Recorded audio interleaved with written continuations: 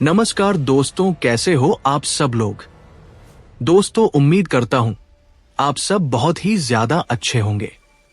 दोस्तों, हम आपके लिए इतनी मेहनत से कहानी बनाकर लेकर आते हैं और आप लोग फिर भी हमको सपोर्ट नहीं करते हो। कोई बात नहीं दोस्तों, सब अपने अपने मन की बात होती है। जिसको हमारी कहानी अच्छी लगे वो हमारी फैमिली का हिस्सा बन जाइए। तो दोस्तों, आज की कहानी शुरू करते हैं जो कि आपकी रूह कपा देने वाली है। क्या आपने कभी सोचा है कि रातों रात बदली हुई किस्मत के पीछे कितनी बड़ी कीमत चुकानी पड़ती है। हम अक्सर दूसरों की चकाचौंध भरी जिंदगी देखकर सोचते हैं कि काश हमारे पास भी वो सब होता। पर यकीन मानिए, इस दुनिया में कुछ भी मुफ्त नहीं मिलता। कुछ दरवाजे ऐसे होते हैं जिन्हें एक बार खटखटा दिया जाए तो फिर वो कभी बंद नहीं होते।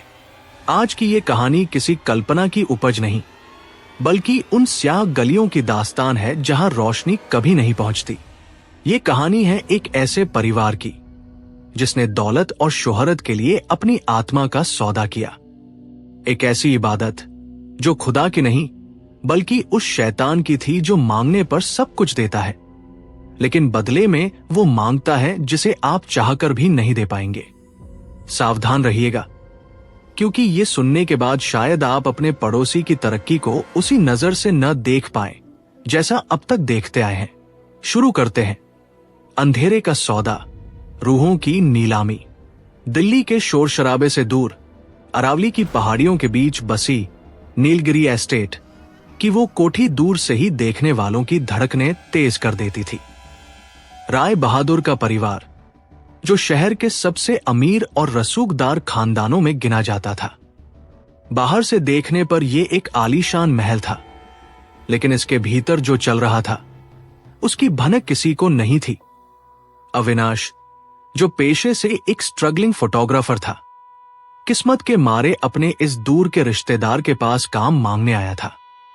उसे लगा था कि राय बहादुर की मदद से उसकी जिंदगी संवर जाएगी, पर उसे क्या पता था कि वह अपनी जिंदगी के सबसे काले अध्याय में कदम रख चुका है। कोठी के भीतर का माहौल अजीब था। दिन के वक्त भी वहां खिड़कियों पर भारी पर्दे गिरे रहते थे।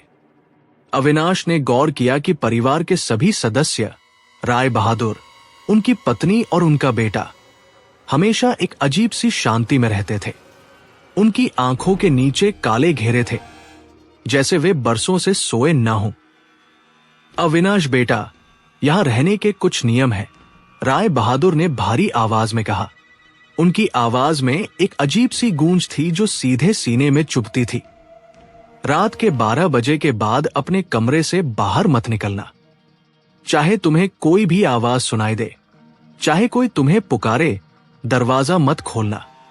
अविनाश ने सिर हिला दिया, पर उसके मन में कौतूहल का बीज बोया जा चुका था। पहले ही हफ्ते उसने महसूस किया कि रात के तीसरे पहर कोठी के तहखाने से एक धीमी सी लयबद्ध आवाज आती थी, जैसे कोई मंत्र पढ़ रहा हो। इग्निस, ओकुलस, डोमिनस, ये शब्द लैटिन जैसे थे, पर इनका लहजा शैतानी था। एक रात जिज्ञासा डर पर भारी पड़ गई। अविनाश दबे पांव तहखाने की सीढ़ियों की ओर बढ़ा। वहां से नीली रोशनी की एक बारीक लकीर आ रही थी। उसने दरवाजे की दरार से जो देखा, उसने उसके खून को जमा दिया। पूरा परिवार नग्न अवस्था में एक उल्टे सितारे के चारों ओर बैठा था। बीच में एक काली वेदी थी जिस पर अजीबोगरीब आकृतियां बनी थी। राय बहादुर के हाथ में एक पुराना खंजर था और वे किसी अदृश्य शक्ति से बात कर रहे थे। हे अंधकार के स्वामी, हमें और शक्ति दो, हम अपनी निष्ठा को दोहराते हैं। अविनाश भागने ही वाला था कि पीछे से एक हाथ ने उसका कंधा दबोच लिया। वह राय बहादुर का बेटा समीर था। उसकी आंखें पूरी तरह काली हो चुकी थी, पुतलियां गायब थी। देख लिया तुमने? समीर की आवाज में एक साथ कई लोगों के बोलने का भ्रम हो रहा था। डर मत, ये डर नहीं, शक्ति का रास्ता है। क्या तुम नहीं चाहते कि दुनिया तुम्हारे कदमों में हो? क्या तुम नहीं चाहते कि जिस कैमरे को आज कोई नहीं पूछता, उसकी एक क्लिक करोड़ों में बिके? अविनाश का डर धीरे धीरे लालच में बदलने लगा। उसे लगा कि शायद यही वो मौका है जिसका उसे इंतजार था। उसने इल्यूमिनाती और शैतान की उस पूजा का हिस्सा बनने का फैसला कर लिया। अगले ही दिन से अविनाश की किस्मत चमत्कारी रूप से बदल गई। उसे बड़े बड़े कॉन्ट्रैक्ट्स मिलने लगे, पैसा पानी की तरह बहने लगा। लेकिन उसे यह नहीं पता था कि शैतान जब देता है तो वह केवल किस्त होती है, असली ब्याज तो अभी शुरू होना था। अविनाश की आंखों पर अब दौलत की पट्टी बंध चुकी थी। जिस हाथ में कल तक फटे हुए पुराने कैमरे का बैग हुआ करता था, आज वहां दुनिया की सबसे महंगी घड़ियां चमक रही थी। राय बहादुर ने उसे उस अंधेरे रास्ते का राही बना दिया था जहां से वापसी का कोई नक्शा नहीं होता। अविनाश, याद रखना, राय बहादुर ने एक शाम उसे अपने पुस्तकालय में बुलाकर कहा।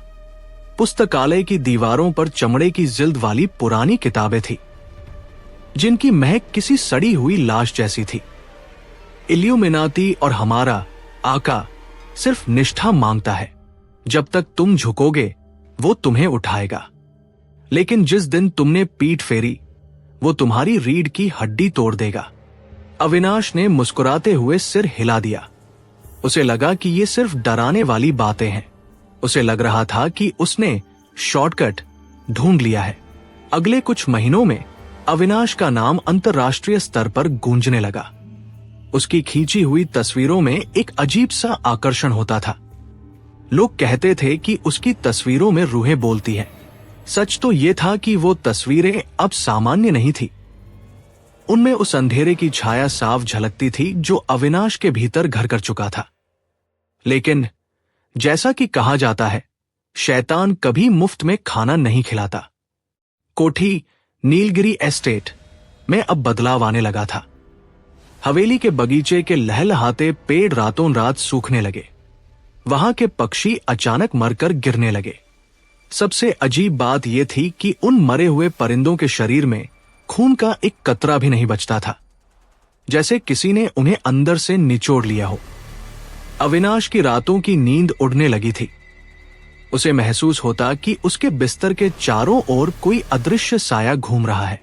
कभी कभी उसे अपने ही कमरे के कोने में एक लंबी काली परछाई खड़ी दिखाई देती, जिसकी आंखें अंगारों की तरह दहकती थी। जब वह लाइट जलाता तो वहां कुछ नहीं होता, बस एक सड़ांध भरी बदबू हवा में तैरती रह जाती। एक रात परिवार की सबसे बुजुर्ग सदस्य राय बहादुर की मां, जिन्हें सब बड़ी मां कहते थे, अचानक चीखने लगी। पूरा परिवार दौड़कर उनके कमरे में पहुंचा। बड़ी मां बिस्तर पर लेटी नहीं थी, बल्कि उनका शरीर हवा में 4 फीट ऊपर तैर रहा था। उनके बाल झटके से सफेद हो चुके थे और उनके मुंह से काले रंग का गाढ़ा तरल पदार्थ निकल रहा था। वो भूखा है। बड़ी मां की आवाज किसी जानवर की गुर्राहट जैसी लग रही थी। तुमने वादा किया था कि तीसरी पीढ़ी उसकी होगी। अब वो अपना हिस्सा लेने आया है। राय बहादुर के चेहरे पर हवाइयां उड़ने लगी। उन्होंने तुरंत तहखाने की ओर इशारा किया। पूरा परिवार अविनाश समेत नीचे भागा। वहां उस वेदी पर एक अजीब सा कंपन हो रहा था। राय बहादुर ने पागलों की तरह मंत्र पढ़ना शुरू किया, लेकिन इस बार हवा का रुख उल्टा था। मोमबत्तियां बुझ गई और अंधेरे में एक ऐसी हंसी गूंजी जिसने अविनाश की रूह कंपा दी। ये क्या हो रहा है चाचा जी? अविनाश ने कांपते हुए पूछा। राय बहादुर ने उसे झिड़क दिया, चुप रहो, हमने पिछले महीने की बलि मिस कर दी है। वो नाराज है। अगले दिन सुबह बड़ी मां अपने कमरे में मृत पाई गई। उनकी मौत प्राकृतिक नहीं थी। उनके शरीर की हर हड्डी इस कदर टूटी हुई थी जैसे किसी विशाल मशीन ने उन्हें पीस दिया हो। उनकी आंखें गायब थी, जैसे किसी ने उन्हें अंदर से खींच लिया हो। पुलिस आई, पर राय बहादुर के रसूख ने सब कुछ दिल का दौरा बताकर रफादफा कर दिया। पर अविनाश समझ गया था कि यह सिर्फ शुरुआत है। उस दिन के बाद से राय बहादुर के बेटे समीर का व्यवहार बदल गया। वह घंटों आईने के सामने खड़ा रहता और खुद से बातें करता। कभी कभी वो अपनी ही खाल को नाखूनों से खरोंचने लगता, जिससे गहरे जख्म बन जाते, पर उसे दर्द नहीं होता था। अविनाश ने तय किया कि वह अब इस दलदल से बाहर निकलेगा। उसने अपना सामान बांधना शुरू किया। उसे लगा कि वो भाग जाएगा तो बच जाएगा, लेकिन जैसे ही उसने हवेली का मुख्य गेट पार करने की कोशिश की, उसकी कार के इंजन में अचानक आग लग गई। वो बाल बाल बचा, लेकिन जब उसने पीछे मुड़कर देखा तो हवेली की ऊपरी मंजिल की खिड़की पर वही काली परछाई खड़ी उसे देख रही थी। उसके फोन पर एक मैसेज आया। भेजने वाला कोई नंबर नहीं था, बस लिखा था, सौदा रूह का था, जिस्म का नहीं। तुम जहां जाओगे मैं वहीं मिलूंगा। अविनाश को समझ आ गया कि वह कैद हो चुका है। राय बहादुर के परिवार ने जिस शैतान की पूजा की थी, उसने अब अपनी कीमत वसूलना शुरू कर दिया था। और पहली किस्त बड़ी मां की जान के साथ शुरू हुई थी। अब अगला नंबर किसका था? हवेली के गलियारों में सन्नाटा और भी गहरा हो गया था और दीवारों से अब खून की बूंदें रिसने लगी थी। नीलगिरी एस्टेट की दीवारों के पीछे अब हवाएं भी सिसकियां भरने लगी थी। बड़ी मां के अंतिम संस्कार के बाद घर में मातम तो था, पर उससे कहीं ज्यादा एक अनजाना डर था। राय बहादुर के चेहरे की झुर्रियां अब काली पड़ चुकी थी, जैसे उनके भीतर का मांस धीरे धीरे सड़ रहा हो। अविनाश ने देखा कि राय बहादुर अब इंसानों की तरह खाना नहीं खाते थे, बस अंधेरे कमरे में बैठकर कच्चा मांस चबाते रहते थे। लेकिन सबसे ज्यादा डरावना बदलाव समीर में आया था। समीर, जो कभी हंसमुख और पार्टी करने वाला लड़का था, अब एक जिंदा लाश बन चुका था। वह दिन भर धूप से बचता और रात होते ही हवेली के बगीचे में पागलों की तरह मिट्टी खोदने लगता। समीर, ये क्या कर रहे हो? एक रात अविनाश ने हिम्मत जुटाकर उससे पूछा। समीर धीरे से मुड़ा। उसकी गर्दन से एक ऐसी आवाज आई जैसे सूखी लकड़ी टूट रही हो। उसने अपनी जीभ बाहर निकाली। वो बीच से दो हिस्सों में कटी हुई थी और उससे काला गाढ़ा खून टपक रहा था। उसने एक भयानक मुस्कान के साथ कहा, मैं अपना बिस्तर तैयार कर रहा हूं। अविनाश, आका को गर्मी लग रही है, उन्हें ठंडी मिट्टी चाहिए। अविनाश के पैरों तले जमीन खिसक गई। वो भागकर अपने कमरे में आया और दरवाजा अंदर से बंद कर लिया। उसने भगवान को याद करने की कोशिश की, लेकिन उसे महसूस हुआ कि जैसे ही वह प्रार्थना शुरू करता, उसके गले में कांटे चुभने लगते। कमरे की दीवारों पर लगी उसकी अपनी खींची हुई तस्वीरें अब बदलने लगी थी। तस्वीरों में मौजूद लोग अब उसकी तरफ मुड़कर देख रहे थे और उनकी आंखों से खून बह रहा था। उसी रात करीब 2 बजे पूरी हवेली एक जोरदार धमाके से गूंज उठी। अविनाश की नींद टूटी। बाहर से किसी जानवर के गुर्राने और हड्डियां टूटने की आवाजें आ रही थी। वो डरते डरते बाहर निकला। राय बहादुर और उनकी पत्नी सविता जी पहले से ही समीर के कमरे के बाहर खड़े थे। सविता जी पागलों की तरह दरवाजा पीट रही थी, लेकिन अंदर से सिर्फ समीर की डरावनी हंसी और कुछ चबाने की आवाजें आ रही थी। जब राय बहादुर ने कुल्हाड़ी से दरवाजा तोड़ा, तो जो मंजर सामने था, उसे देखकर सविता जी वहीं बेहोश हो गई। समीर छत से चिपका हुआ था, जैसे कोई छिपकली हो। उसका शरीर पूरी तरह से मुड़ चुका था। उसके पैर पीछे की ओर थे और हाथ आगे की ओर। उसकी खाल जगहजगे से फट चुकी थी और उसके नीचे से कुछ काला और चिपचिपा बाहर निकल रहा था। उसने अपने ही पालतू कुत्ते का गला फाड़ दिया था और उसका खून पी रहा था। समीर, नीचे आओ, राय बहादुर चिल्लाए, लेकिन उनकी आवाज में पिता का प्यार नहीं, बल्कि एक डरपोक पुजारी की दहशत थी। समीर ने छत से छलांग लगाई, पर वह जमीन पर नहीं गिरा। वह हवा में ही रुक गया। उसकी आंखों की पुतलियां पूरी तरह गायब हो चुकी थी। सिर्फ सफेद हिस्सा चमक रहा था। उसने राय बहादुर की ओर देखकर कहा, सौदा पूरा नहीं हुआ पिताश्री। आपने मुझे उसे समर्पित किया था, अब वो मुझे अंदर से खा रहा है। अचानक समीर का शरीर खुलने लगा। उसकी नसें काली होकर फटने लगी। कमरे की खिड़कियां अपने आप टूटकर अंदर गिरने लगी। समीर ने अपना हाथ अपने ही सीने में डाल दिया और अपनी पसलियों को बाहर खींचने लगा। वो खुद को चीर रहा था, जैसे अपने शरीर के भीतर कैद किसी चीज को बाहर निकालना चाहता हो। बचाओ, मुझे बचाओ। समीर की असली आवाज एक पल के लिए सुनाई दी, जो दर्द से तड़प रही थी। लेकिन अगले ही पल उसके मुंह से एक भारी गूंजती हुई शैतानी आवाज निकली, ये अब मेरा है। समीर का शरीर एक झटके में शांत हो गया और वो फर्श पर गिर पड़ा। उसकी मौत इतनी भयानक थी कि उसका चेहरा पहचान में नहीं आ रहा था। उसके शरीर से एक काला धुआं निकला जो धीरे धीरे राय बहादुर की ओर बढ़ा और उनके कान में कुछ फुसफुसा कर गायब हो गया। राय बहादुर पत्थर की मूरत बन गए। अविनाश समझ गया कि अब बचने का कोई रास्ता नहीं है। उसने देखा कि राय बहादुर की पत्नी सविता जी, जो बेहोश पड़ी थी, उनकी उंगलियां अचानक अजीब तरीके से मुड़ने लगी। मौत का खेल अब अगले शिकार की तलाश में था। अविनाश ने अपने कमरे में जाकर अपनी अलमारी से वो पुरानी डायरी निकाली जो उसे तहखाने में मिली थी। उसमें लिखा था, जब तक रक्त का अंतिम कतरा नहीं चढ़ता, सौदा रद्द नहीं होता। उसे एहसास हुआ कि ये परिवार अब एक एक करके खत्म होने वाला है। शैतान ने उन्हें दौलत दी, शोहरत दी, लेकिन अब वो उनकी नस्लें मिटाने पर तुला था। और अविनाश, वह भी अब उस खूनी घेरे का हिस्सा था। समीर की मौत ने नीलगिरी एस्टेट की चकाचौंध को पूरी तरह से राख कर दिया था। घर में अब रोशनी नाम की कोई चीज नहीं बची थी। अगर कुछ था तो वह था मोमबत्तियों का धुंधला उजाला और सविता जी की रूह कंपा देने वाली चीखें।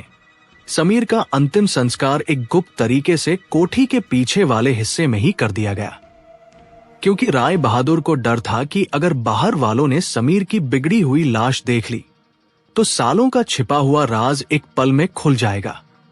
अविनाश अब अपने कमरे में कैद था। उसे महसूस होता था कि हवेली की हवा भारी हो गई है, जैसे ऑक्सीजन की जगह वहां कोई जहरीला धुआं भर गया हो। उसे भूख लगनी बंद हो गई थी।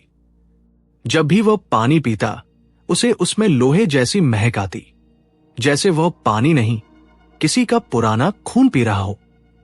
तीसरे दिन की आधी रात को सविता जी के कमरे से एक अजीब सी आवाज आने लगी। ये रोने की आवाज नहीं थी, बल्कि ऐसा लग रहा था जैसे कोई भारी चीज जमीन पर घसीटी जा रही हो। अविनाश ने हिम्मत जुटाई और गलियारे में निकला। वहां का तापमान इतना गिर चुका था कि उसकी सांसें धुएं की तरह बाहर निकल रही थी। सविता जी का दरवाजा आधा खुला था। भीतर से एक मध्यम नीली रोशनी आ रही थी। अविनाश ने झांक कर देखा तो उसकी चीख गले में ही दब गई। सविता जी जमीन पर बैठी थी, लेकिन उनके सामने समीर की वही फटी हुई मिट्टी से सनी कमीज रखी थी जो उसे दफनाते वक्त पहनाई गई थी। सविता जी उस कमीज को बड़े चाव से चाट रही थी। उनके बाल पूरी तरह से झड़ चुके थे और सिर की खाल पर उभरी हुई नसें किसी मकड़ी के जाले की तरह फैल गई थी। सविता, ये क्या कर रही हो? पीछे से राय बहादुर की भारी आवाज आई। वे हाथ में एक पुरानी काली किताब और एक जलती हुई मशाल लिए खड़े थे। उनके चेहरे पर दुख नहीं, बल्कि एक अजीब सी सनक थी। सविता जी मुड़ी। उनके होंठ कट चुके थे और उनकी जुबान काली पड़ गई थी। उन्होंने एक ऐसी आवाज निकाली जो इंसान की नहीं हो सकती थी। वो भूखा है। राय, तुमने अपने बेटे को खिला दिया, अब मुझे भी खिलाओ। उसे और खून चाहिए, उसे अपनी जड़ों को सींचना है। राय बहादुर ने अपनी पत्नी की ओर कदम बढ़ाया। अभी समय नहीं हुआ है, हमें अभी एक और पूजा करनी होगी ताकि आका शांत हो सके। अविनाश ये सब देखकर कांप रहा था। उसे समझ आया कि ये लोग अभी भी उस रास्ते को छोड़ने को तैयार नहीं थे। लेकिन तभी कुछ ऐसा हुआ जिसने साबित कर दिया कि अब पूजा और प्रार्थना का समय निकल चुका है। अचानक सविता जी का शरीर पीछे की ओर मुड़ा, इतना ज्यादा कि उनका सिर उनकी एड़ियों को छूने लगा। उनकी रीढ़ की हड्डी के टूटने की कड़क कड़क आवाज पूरे कमरे में गूंज उठी। वे किसी मकड़ी की तरह तेजी से दीवार पर चढ़ने लगी। उनकी उंगलियां पत्थर की दीवार में ऐसे धंस रही थी जैसे वे मक्खन हो। नहीं, सविता, वापस आओ, राय बहादुर चिल्लाए। उन्होंने अपनी किताब से कुछ मंत्र पढ़ने शुरू किए, लेकिन इस बार मंत्रों का कोई असर नहीं हुआ। सविता जी छत के बीचों बीच पहुंच गई और वहां लटके हुए भारी झूमर को पकड़ लिया। उनकी आंखें पूरी तरह से सफेद हो गई और वे अविनाश की ओर देखकर मुस्कुराई। वो मुस्कान इतनी डरावनी थी कि अविनाश के पैर जम गए। अगला तुम हो, फोटोग्राफर, सविता जी के मुंह से समीर की आवाज निकली। तुमने उसकी तस्वीर खींचनी चाहिए थी ना, अब वो तुम्हारी रूह की तस्वीर खींचेगा। तभी सविता जी ने अपनी ही गर्दन को दोनों हाथों से पकड़ लिया और उसे घुमाने लगी। राय बहादुर ने उन्हें रोकने की कोशिश की, लेकिन एक अदृश्य शक्ति ने उन्हें उठाकर दीवार से दे मारा। अगले ही पल एक जोरदार धमाके के साथ झूमर नीचे गिरा। सविता जी का शरीर झूमर के साथ ही नीचे आया, लेकिन गिरने से पहले ही उनकी गर्दन पूरी तरह से घूम चुकी थी। हवेली के उस कमरे में फिर से सन्नाटा छा गया। सविता जी की लाश झूमर के कांच के टुकड़ों के बीच पड़ी थी। राय बहादुर खून से लथपथ जमीन पर पड़े थे, लेकिन उनकी आंखों में आंसू नहीं थे। वे बस बुदबुदा रहे थे, मैंने सब छोड़ दिया, मैंने पूजा बंद कर दी। फिर क्यों? क्यों? हवा में एक गूंजती हुई हंसी सुनाई दी। तुमने शुरू किया था राय, खत्म मैं करूंगा। जब तक तुम्हारी नस्ल का आखिरी कतरा जमीन पर नहीं गिरता, ये खेल खत्म नहीं होगा। अविनाश समझ गया कि राय बहादुर ने अब उस रास्ते को छोड़ने की कोशिश की थी, और यही उनकी सबसे बड़ी गलती थी। शैतान को ना सुनना पसंद नहीं था। वो अब एक एक करके सबको खत्म कर रहा था, और अब हवेली में सिर्फ दो ही लोग बचे थे, राय बहादुर और अविनाश।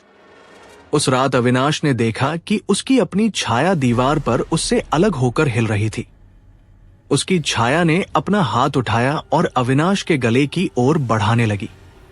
सविता जी की मौत के बाद हवेली, नीलगिरी एस्टेट अब घर नहीं, बल्कि एक कसाई खाना बन चुकी थी जहां रूहों की बलि दी जा रही थी।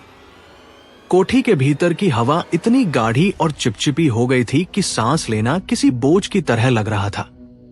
राय बहादुर अब पूरी तरह से टूट चुके थे। वे अपने पुस्तकालय के कोने में दुबक कर बैठे थे। उनके बाल सफेद हो चुके थे और आंखों से लगातार खून मिला हुआ पानी बह रहा था। अविनाश ने अपने कमरे का दरवाजा अंदर से लकड़ी के भारी संदूक से बंद कर दिया था, लेकिन उसे पता था कि जिस ताकत से वह लड़ रहा है, उसके लिए लकड़ी और पत्थर कोई मायने नहीं रखते। रात के ठीक 3:15 बजे थे। अचानक उसके कमरे की दीवारों से फुसफुसाहटें आने लगी। ये हजारों लोगों के एक साथ बोलने जैसी आवाजें थी। अविनाश, बाहर आओ, हमने तुम्हें सब कुछ दिया, अब हमारी बारी है। अविनाश ने अपने कान बंद कर लिए, पर आवाजें उसके दिमाग के भीतर से आ रही थी। तभी उसने देखा कि फर्श पर उसकी अपनी परछाई, शैडो, उससे अलग होकर धीरे धीरे खड़ी हो रही थी। वो काली आकृति बिल्कुल अविनाश जैसी दिख रही थी, बस उसकी आंखें नहीं थी। वहां सिर्फ 2 जलते हुए गड्ढे थे। उस साई ने अपना हाथ बढ़ाया और दीवार पर टंगे अविनाश के कैमरे को छुआ। कैमरा देखते ही देखते पिघलकर काले धुएं में बदल गया। नहीं, दूर रहो मुझसे, अविनाश चिल्लाया। वो पागलों की तरह कमरे से बाहर भागा। गलियारे में अंधेरा इतना गहरा था कि टॉर्च की रोशनी भी उसमें समा जा रही थी। भागते भागते वह राय बहादुर के पुस्तकालय में जा पहुंचा। राय बहादुर वहां जमीन पर बैठे अपनी ही खाल को एक पत्थर से छील रहे थे। उनके पूरे शरीर पर वही उल्टा सितारा उभर आया था जो तहखाने की वेदी पर बना था। चाचा जी, उठिए, हमें यहां से निकलना होगा। अविनाश ने उन्हें झकझोरा। राय बहादुर ने धीरे से अपना सिर उठाया। उनके मुंह के अंदर दांत गायब थे, बस मसूड़ों से काला खून रिस रहा था। उन्होंने एक डरावनी हंसी के साथ कहा, निकलना। कहाँ जाओगे? उसने हमें मार्क कर दिया है। इल्यूमिनाती के नियम सरल हैं। अविनाश, तुम खून से जुड़ते हो और खून से ही खत्म होते हो। मैंने पूजा छोड़ दी, मैंने उसे धोखा दिया। अब वो मेरा अंश मांग रहा है। तभी पुस्तकालय की सभी अलमारियां एक साथ गिर पड़ी। हजारों किताबें हवा में उड़ने लगी और उनके पन्ने फड़फड़ाने लगे। हवा में एक विशाल आकृति उभरी। ये कोई इंसान नहीं था। वो 7 फीट लंबा था। उसके सिर पर बकरे जैसे सींग थे और उसका धड़ धुएं जैसा काला था। इब्लिस। राय बहादुर के मुंह से डर के मारे एक शब्द निकला। उस शैतानी आकृति ने राय बहादुर की ओर अपना हाथ किया। राय बहादुर का शरीर अचानक किसी कागज की तरह मुड़ने लगा। उनकी हड्डियां चटकने की आवाज ऐसी थी जैसे सूखे बांस जलाए जा रहे हों। वे हवा में उठे और उनके शरीर के टुकड़े टुकड़े होकर हवा में बिखरने लगे। खून की एक भी बूंद जमीन पर नहीं गिरी। जैसे ही खून बाहर निकलता, वो शैतानी साया उसे हवा में ही सोख लेता। अब तुम्हारी बारी है, कला के पुजारी। उस भारी आवाज ने अविनाश को सीधे संबोधित किया। अविनाश के घुटने जवाब दे गए। उसने देखा कि राय बहादुर का पूरा अस्तित्व खत्म हो चुका था। अब इस कोठी में वो अकेला था। वो भागकर मुख्य द्वार की ओर बढ़ा, पर दरवाजा गायब हो चुका था। वहां सिर्फ एक दीवार थी जिस पर खून से लिखा था, वेलकम होम। अविनाश पागलों की तरह चिल्लाने लगा। तभी उसे याद आया, उसने अपनी जेब में एक छोटी सी फोटो रखी थी जो उसने बचपन में अपनी मां के साथ खिंचवाई थी। उसने वो फोटो निकाली। जैसे ही उसने उस फोटो को देखा, उसे एक पल के लिए शांति महसूस हुई, पर अगले ही पल फोटो में मौजूद उसकी मां का चेहरा बदल गया।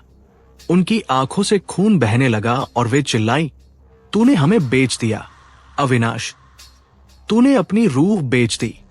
अविनाश ने वो फोटो फेंक दी।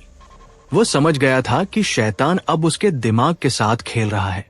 वो भागकर रसोई की ओर गया, जहां उसे एक पुरानी लोहे की क्रॉस जैसी चीज दिखी जो शायद किसी पुराने नौकर की थी।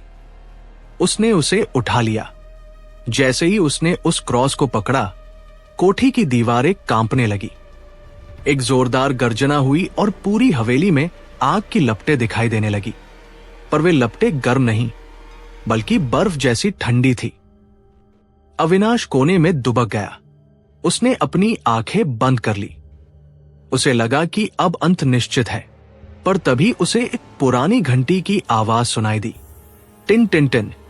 ये आवाज कोठी के बाहर से आ रही थी।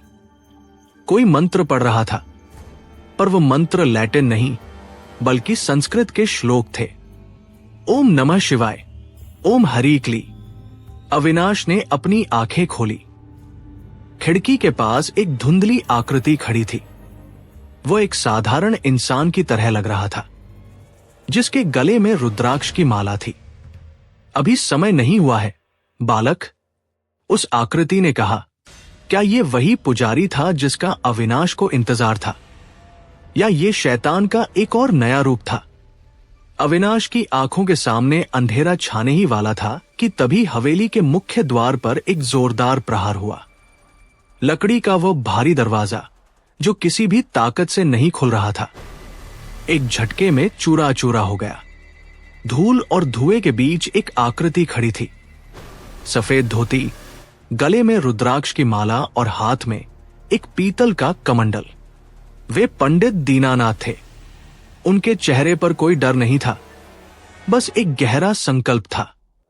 जैसे ही उन्होंने कदम अंदर रखा, हवेली की दीवारों पर रेंगते हुए काले साए पीछे हटने लगे, जैसे आग देखकर सांप बिलों में घुस जाते हैं।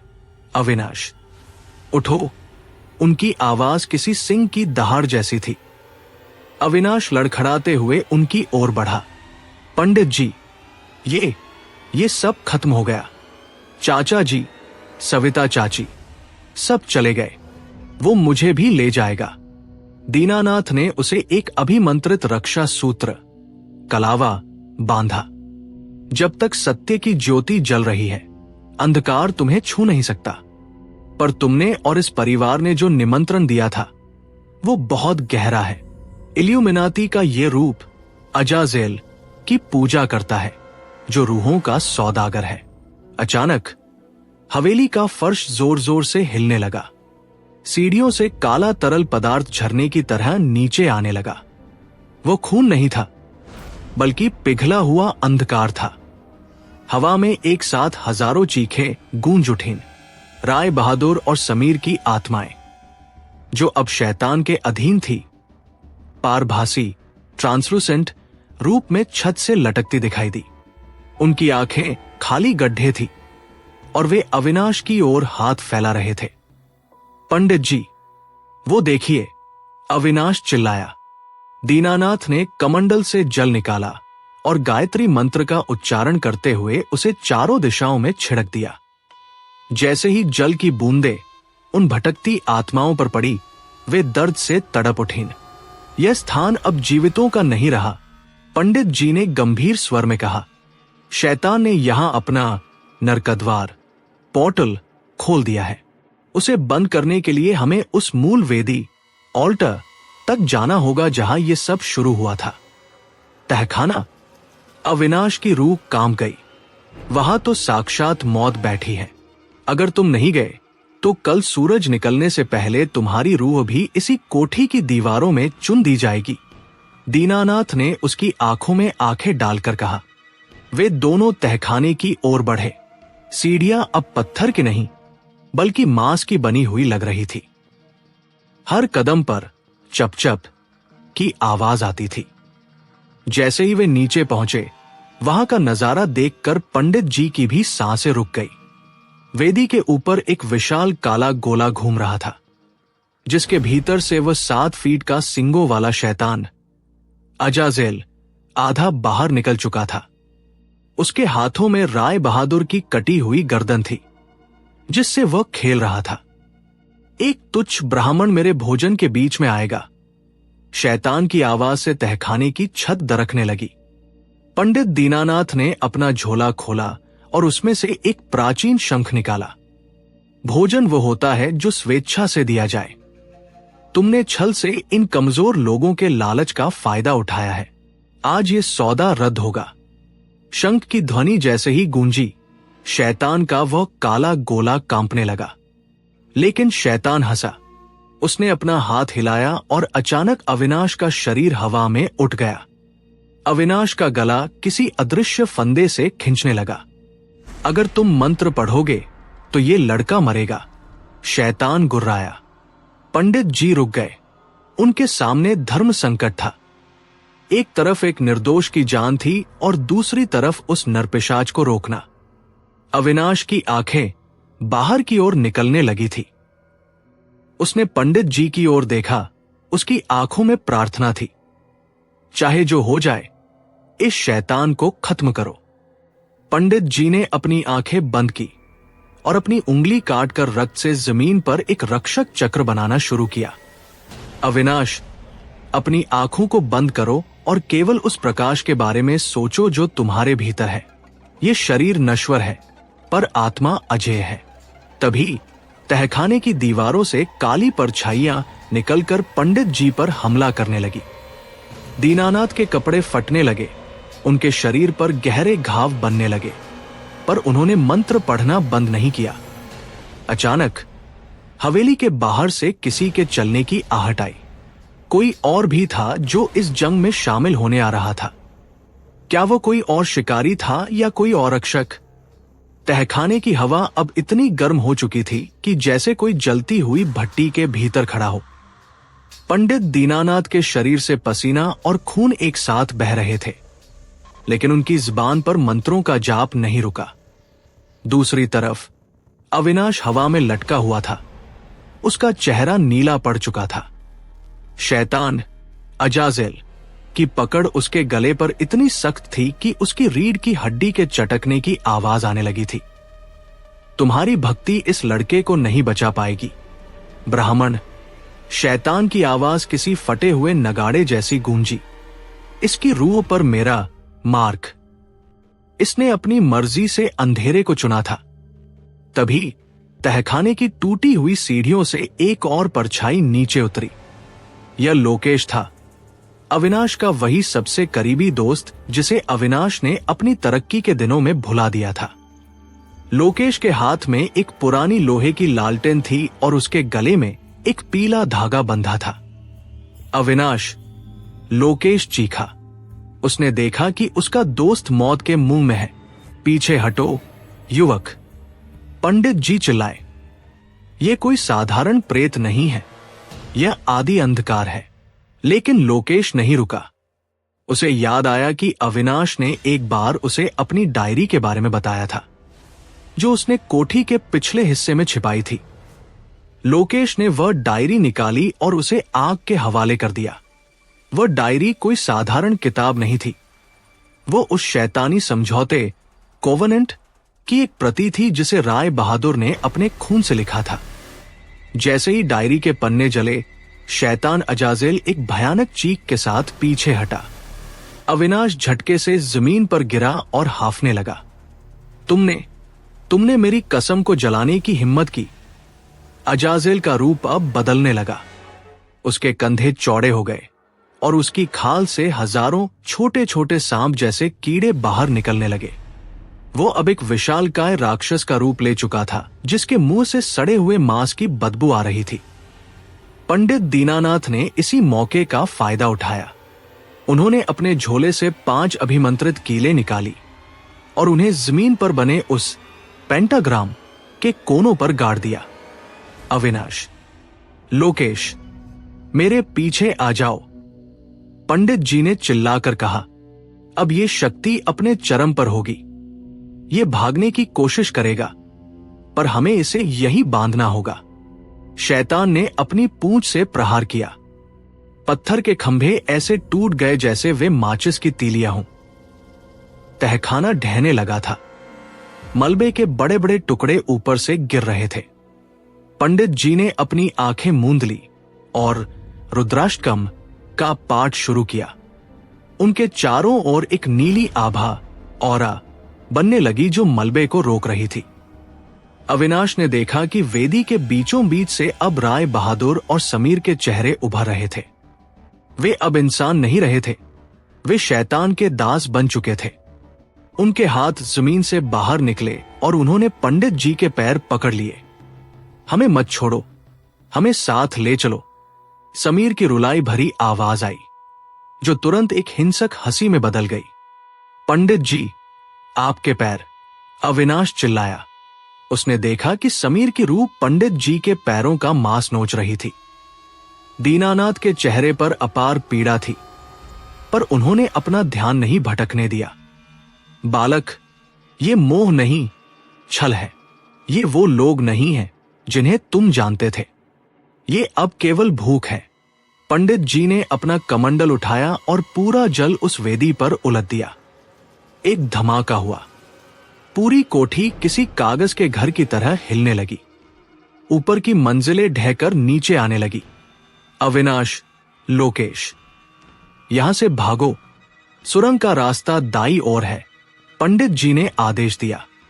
और आप? लोकेश ने पूछा। मैं इसे यहां से निकलने नहीं दे सकता। यह द्वार खुला रह गया तो यह पूरा शहर श्मशान बन जाएगा। जाओ। पंडित जी की आवाज में एक अंतिम विदाई का स्वर था। अविनाश और लोकेश पागलों की तरह उस संकरी सुरंग की ओर भागे। पीछे से उन्हें अजाजेल की वह भयानक गर्जना सुनाई दी जो अब दर्द में बदल चुकी थी। जैसे ही वे सुरंग के मुहाने पर पहुंचे, एक जोरदार भूकंप आया और पीछे का पूरा रास्ता मलबे से बंद हो गया। बाहर अरावली की पहाड़ियों में सन्नाटा था। भोर की पहली किरण फूट रही थी। अविनाश ने मुड़कर देखा। आलीशान नीलगिरी एस्टेट अब केवल मलबे का एक ढेर थी। धूल के गुबार के बीच उसे एक पल के लिए पंडित जी की सफेद धोती का एक टुकड़ा उड़ता हुआ दिखा। क्या वो खत्म हो गया? लोकेश ने हाफते हुए पूछा। अविनाश चुप था। उसने अपने हाथ की ओर देखा। वहां अभी भी उस काले साए का एक निशान बाकी था। क्या शैतान वाकई मर गया था या वो बस एक नए जिस्म की तलाश में था? नीलगिरी एस्टेट अब मलबे का एक ढेर बन चुका था। सूरज की पहली किरणें उस बर्बादी पर पड़ रही थी, लेकिन अविनाश के भीतर का अंधेरा छंटने का नाम नहीं ले रहा था। लोकेश उसे किसी तरह संभाल कर पास के एक पुराने गेस्ट हाउस ले आया। अविनाश की हालत देखकर ऐसा लग रहा था जैसे उसकी रूह को किसी ने अंदर से निचोड़ लिया हो। अविनाश, पानी पी ले भाई, लोकेश ने गिलास आगे बढ़ाते हुए कहा। अविनाश ने जैसे ही गिलास पकड़ने के लिए अपना हाथ आगे बढ़ाया, वो ठिठक गया। उसकी हथेली के बीचों बीच एक गहरा काला धब्बा उभर आया था। ये कोई चोट का निशान नहीं था, ये अजाजेल का वो सिगिल था जो शैतानी सौदे की मुहर मानी जाती थी। निशान से काली नसें उसकी कलाई की ओर बढ़ रही थी, जैसे कोई जिंदा चीज उसकी खाल के नीचे रेंग रही हो। ये खत्म नहीं हुआ है लोकेश, अविनाश की आवाज फटी हुई थी। पंडित जी ने अपनी जान दे दी, लेकिन वो मेरे साथ बाहर आ गया है। लोकेश ने घबराकर उसका हाथ देखा। ये क्या है? हम वापस दिल्ली चलते हैं, किसी बड़े डॉक्टर को दिखाएंगे। डॉक्टर? अविनाश पागलों की तरह हंसा। डॉक्टर उस घाव को कैसे भरेगा जो रूह पर लगा है? इल्यूमिनाती का नियम है, जब तक खानदान का आखिरी चिराग नहीं बुझता, वेदी भूखी रहती है।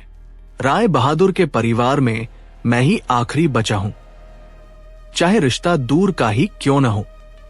उसी रात गेस्ट हाउस के कमरे में सन्नाटा पसरा था। लोकेश बगल वाले बिस्तर पर सो रहा था। अचानक कमरे का तापमान गिरने लगा।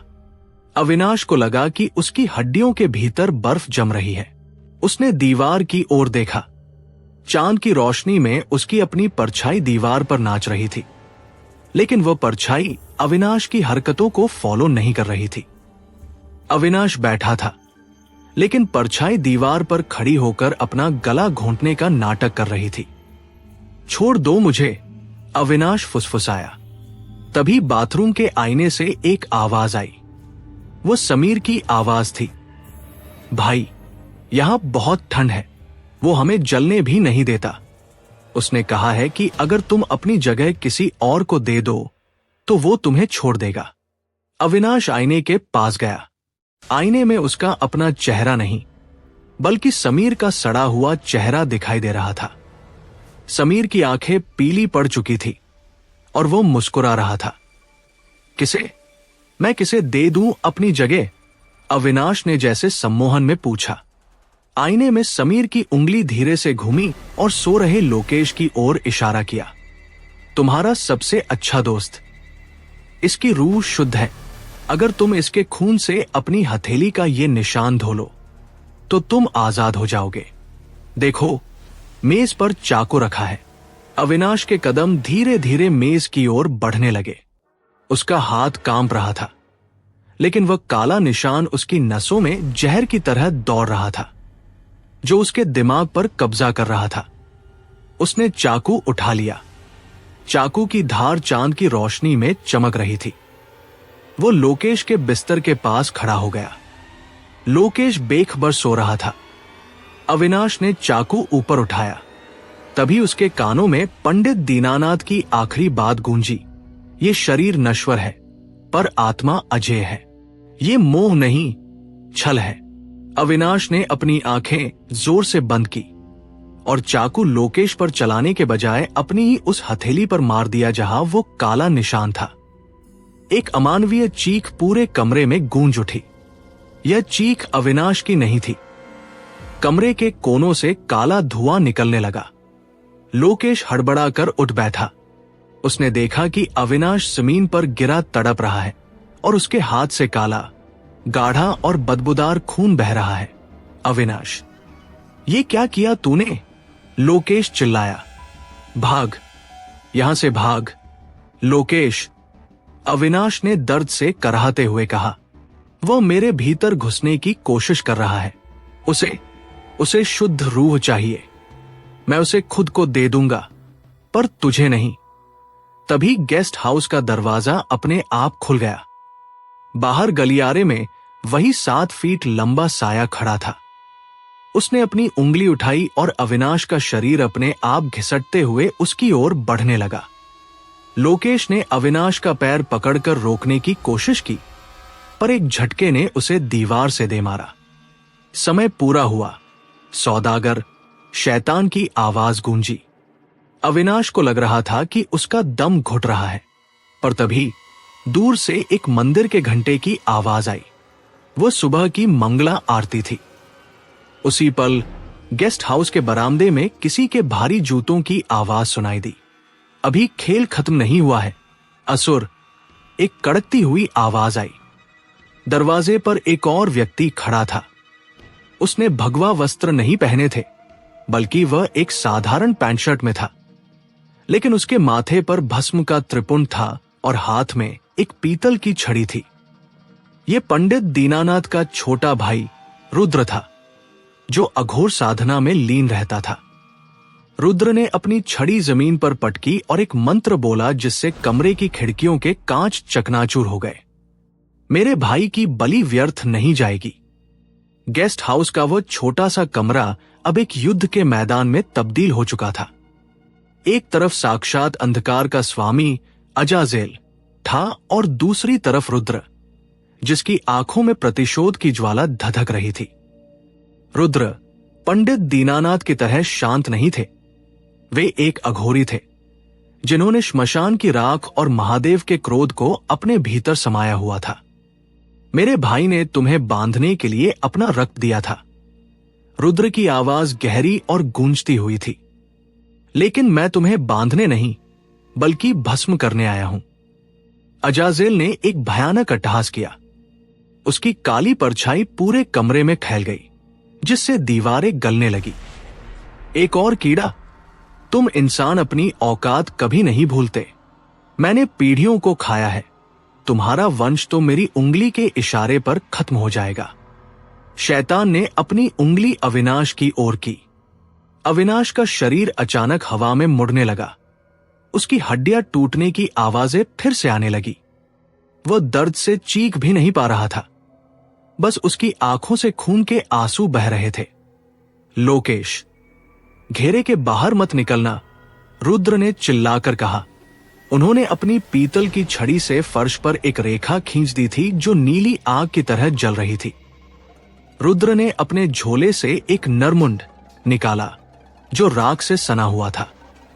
उन्होंने उस पर कुछ काला चूर्ण छिड़का और एक मंत्र पढ़ा, ओम अघोरे भ्योत घोरे भ्यो घोर घोर तरे भे। जैसे ही मंत्र पूरा हुआ, नरमुंड की आंखों से लाल रोशनी फूट पड़ी। कमरे के भीतर एक तेज बवंडर उठा। शैतान की काली शक्ति उस रोशनी से टकराई और एक ऐसा धमाका हुआ जिससे गेस्ट हाउस की छत उड़ गई। अब वे खुले आसमान के नीचे थे, जहां काले बादलों ने चांद को ढक लिया था। तुमने मेरे भाई की हत्या की। तुमने एक निर्दोष परिवार को भ्रष्ट किया। रुद्र ने अपनी छड़ी हवा में लहराई। आज काल भैरव के नाम पर मैं तेरा अस्तित्व मिटा दूंगा। अजाजेल ने अपनी पूरी शक्ति बटोरी। उसकी परछाई से हजारों काले हाथ निकले, जो रुद्र की ओर लपके। रुद्र ने अपने सीने पर लगा भस्म का तिलक स्पर्श किया और अपनी हथेली जमीन पर मार दी। जमीन फट गई और उसमें से दहकती हुई आग की लपटें बाहर निकली। उन लपटों ने उन काले हाथों को ऐसे जला दिया जैसे वे सूखे पत्ते हों। लेकिन तभी अजाजेल ने एक चाल चली। उसने अविनाश की आवाज में चीखना शुरू किया, रुद्र जी, बचाओ। मुझे दर्द हो रहा है, मार डालो मुझे, मैं ये बर्दाश्त नहीं कर सकता। रुद्र एक पल के लिए ठिठके। यही वो मौका था जिसका शैतान को इंतजार था। अजाजेल ने एक काला खंजर, जो हवा से बना था, रुद्र के कंधे में उतार दिया। रुद्र करा उठे और घुटनों के बल गिर पड़े। तुम्हारी करुणा ही तुम्हारी कमजोरी है, अजाजेल फुसफुसाया। वो अब रुद्र के बिल्कुल करीब था। उसकी सड़ी हुई सांसें रुद्र के चेहरे पर पड़ रही थी। लोकेश, जो अब तक घेरे के भीतर दुबका हुआ था, उसने देखा कि रुद्र हार रहे हैं। उसने अपनी जान की परवाह किए बिना वो पीतल की छड़ी उठाई जो रुद्र के हाथ से गिर गई थी। अविनाश को छोड़ दो, ओ शैतान। लोकेश ने छड़ी को अजाजिल की पीठ में घोंपने की कोशिश की। छड़ी शैतान के शरीर के आर पार निकल गई, लेकिन उसे कुछ नहीं हुआ। उसने पलटकर लोकेश को एक जोरदार थप्पड़ मारा, जिससे लोकेश दूर झाड़ियों में जा गिरा और बेहोश हो गया। पर इस छोटे से विक्षेप ने रुद्र को समय दे दिया। उन्होंने अपने घाव से बहते हुए खून को हाथ में लिया और उसे अपनी छड़ी पर लगा दिया। तूने मेरा रक्त बहाया है, अब यही रक्त तेरी चिता जलाएगा। रुद्र खड़े हुए, उनके बाल हवा में लहरा रहे थे। उन्होंने अपनी छड़ी को आसमान की ओर उठाया। अचानक बादलों से एक कड़कती हुई बिजली गिरी जो सीधे रुद्र की छड़ी में समा गई। उनकी पूरी देह अब बिजली की तरह चमक रही थी। अविनाश, अपनी रूह को शुद्ध करो, उसे ना कहो, रुद्र चिल्लाए। अविनाश, जो अब तक मौत के करीब था, उसने अपनी पूरी इच्छा शक्ति बटोरी। उसने उस काले निशान वाली अपनी हथेली को जमीन पर रगड़ना शुरू किया। मैं तुझे स्वीकार नहीं करता। मुझे तेरी दौलत नहीं चाहिए। मुझे मेरी मौत मंजूर है, पर तेरी गुलामी नहीं। जैसे ही अविनाश ने यह कहा, अजाजेल का शरीर कांपने लगा। उसकी शक्ति उसके भक्तों के समर्पण पर टिकी थी, और आखिरी भक्त ने भी उससे मुंह मोड़ लिया था। रुद्र ने अपनी छड़ी सीधे अजाजेल के सीने के बीचों बीच दे मारी। एक ऐसा विस्फोट हुआ जैसे हजारों ज्वालामुखी एक साथ फट पड़े हों। एक सफेद रोशनी ने पूरे इलाके को ढक लिया। अजाजेल की एक अंतिम रूह कंपा देने वाली चीख गूंजी जो धीरे धीरे हवा में विलीन हो गई। जब रोशनी छंटी तो वहां कुछ नहीं था, न शैतान न काला धुआं। रुद्र लहूलुहान हालत में जमीन पर बैठे थे। अविनाश बेसुध पड़ा था, लेकिन उसकी हथेली का वह काला निशान अब गायब हो चुका था। वहां अब केवल एक पुराना मामूली सा घाव था। क्या वो चला गया? अविनाश ने आंखें खोलते हुए धीमी आवाज में पूछा।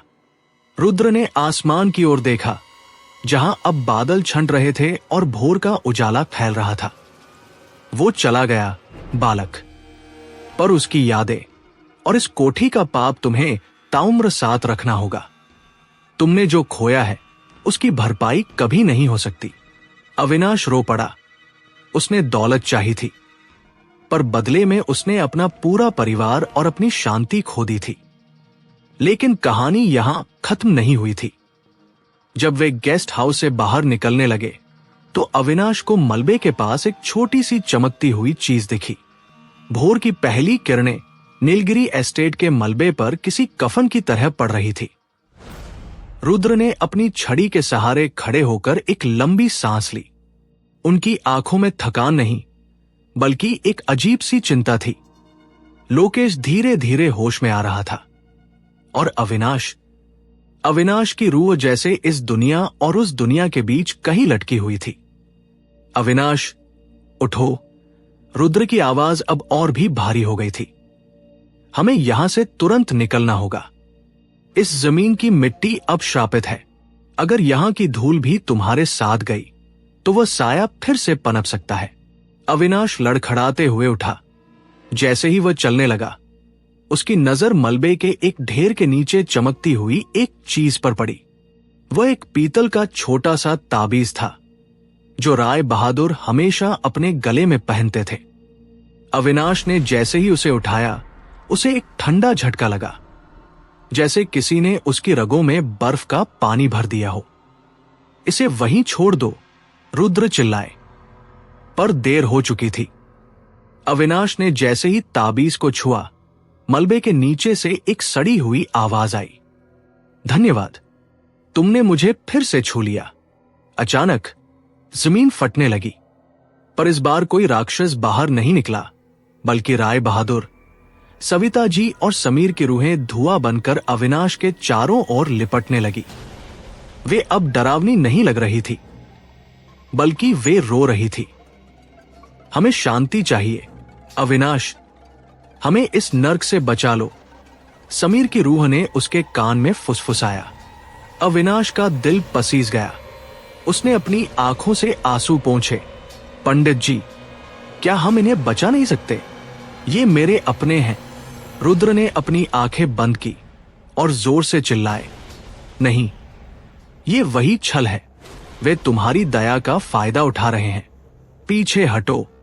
लेकिन अविनाश जैसे किसी सम्मोहन में था। उसने ताबीज को अपने सीने से लगा लिया। उसी पल उसकी आंखों की पुतलियां गायब हो गई और वो हवा में उठने लगा। उसका शरीर किसी रबर की तरह खिंचने लगा। राय बहादुर की आत्मा उसके मुंह के जरिए उसके भीतर घुसने लगी। नहीं, रुद्र ने अपनी छड़ी से एक मंत्र शक्ति छोड़ी, पर अविनाश के चारों ओर एक काले कांच जैसी दीवार बन गई थी। लोकेश पागलों की तरह उस दीवार को पीटने लगा। अविनाश, भाई, होश में आ। तूने खुद कहा था कि तुझे ये सब नहीं चाहिए। अविनाश के भीतर से एक साथ 3 आवाजें निकली। राय बहादुर की भारी आवाज, सविता जी की सिसकियां और समीर की चीख। हम अब एक हैं। अब सौदा पूरा होगा। जो रह गया था वो अब इस शरीर में जिएगा। रुद्र ने महसूस किया कि स्थिति उनके हाथ से निकल रही है। उन्होंने अपनी झोली से एक काला पत्थर निकाला। ये ब्रह्मपाश का पत्थर था, जिसे अघोरी केवल तब इस्तेमाल करते हैं जब सर्वनाश का खतरा हो। अविनाश, अगर मैंने ये मंत्र पढ़ा तो तुम कभी वापस नहीं आओगे। रुद्र की आवाज कांप रही थी।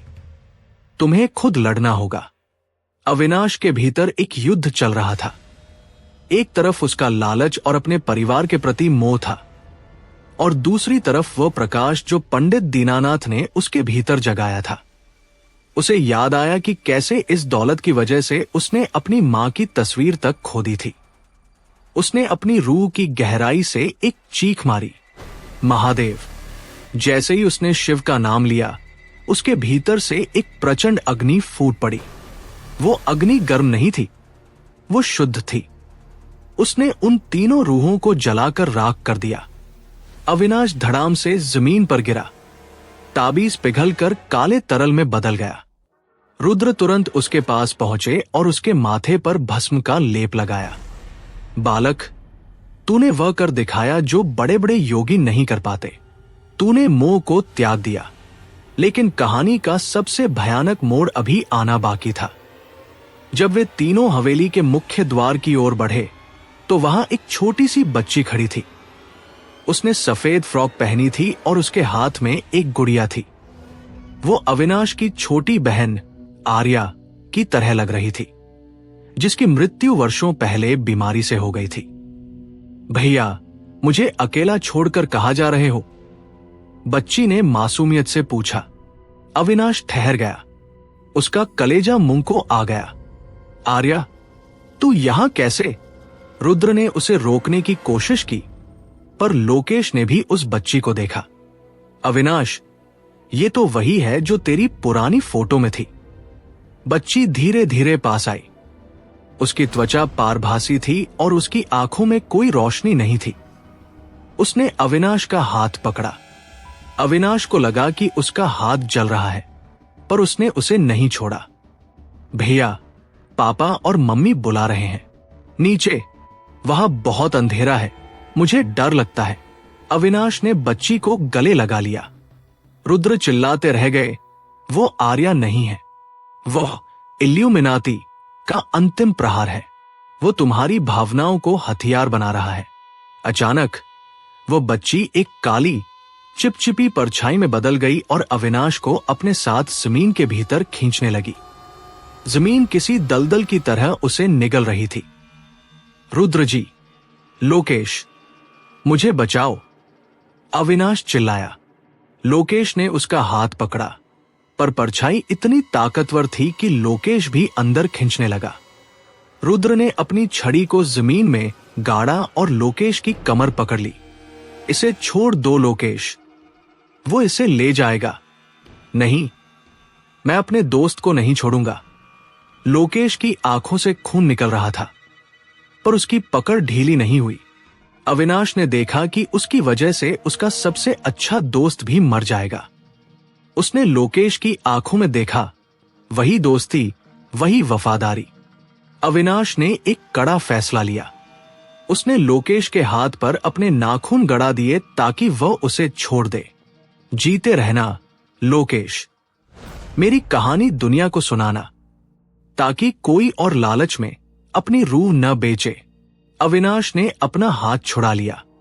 वो परछाई उसे लेकर मलबे के गहरे अंधेरे में विलीन हो गई। एक जोरदार धमाका हुआ और नीलगिरी एस्टेट की पूरी जमीन धंस गई। वहां अब केवल एक गहरा गड्ढा था। सन्नाटा छा गया। हवा में बस राख उड़ रही थी। लोकेश जमीन पर गिरकर फूट फूट कर रोने लगा। रुद्र ने उसके कंधे पर हाथ रखा। वो मरकर भी अमर हो गया। उसने खुद को देकर इस शैतान के द्वार को हमेशा के लिए बंद कर दिया। उपसंहार, एपिलॉग। महीनों बाद उस जगह पर सरकार ने कंक्रीट की एक मोटी परत चढ़ा दी ताकि वहां कोई जा न सके। लोग कहते हैं कि आज भी अमावस की रात को वहां से किसी के रोने और महादेव पुकारने की आवाज आती है। लोकेश अब एक लेखक है। उसने वो पूरी कहानी लिखी जिसे आप अभी सुन रहे हैं। वह आज भी अविनाश का पुराना कैमरा अपने पास रखता है। एक दिन जब उसने उस कैमरे को साफ किया और गलती से एक फोटो क्लिक की तो वह दंग रह गया। तस्वीर में मलबे वाली जगह पर अविनाश खड़ा था। उसके एक हाथ में पंडित दीनानाथ का रुद्राक्ष था और दूसरे हाथ में उस छोटी बच्ची आर्या का हाथ। वे दोनों मुस्कुरा रहे थे। उनके पीछे कोई शैतान नहीं था, बस एक दिव्य प्रकाश था। शायद अविनाश ने अपनी बलि देकर न केवल दुनिया को बचाया बल्कि अपनी और अपने परिवार की भटकती रूहों को भी आजाद कर दिया। पर याद रखिएगा, जब भी आप रातों रात अमीर बनने का सपना देखें तो एक बार अपने कमरे के कोने की परछाई को जरूर देख लीजिएगा। कहीं वो आपसे हाथ मिलाने के लिए तो नहीं इंतजार कर रही। सौदा रूह का था और रूह ने ही इसे खत्म किया। लालच का अंत विनाश है।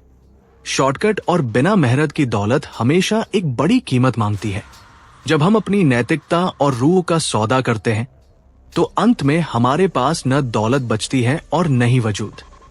किसी भी ऐसी शक्ति, चाहे वो इल्यूमिनाती हो या कोई तंत्र मंत्र, का सहारा लेना जो प्राकृतिक नियमों के खिलाफ हो, अंततः इंसान को खुद उस शक्ति का गुलाम बना देती है।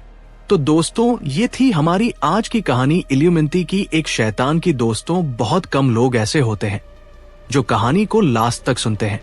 अगर आप अभी भी इस कहानी बने हुए हैं तो आपका तहे दिल से धन्यवाद।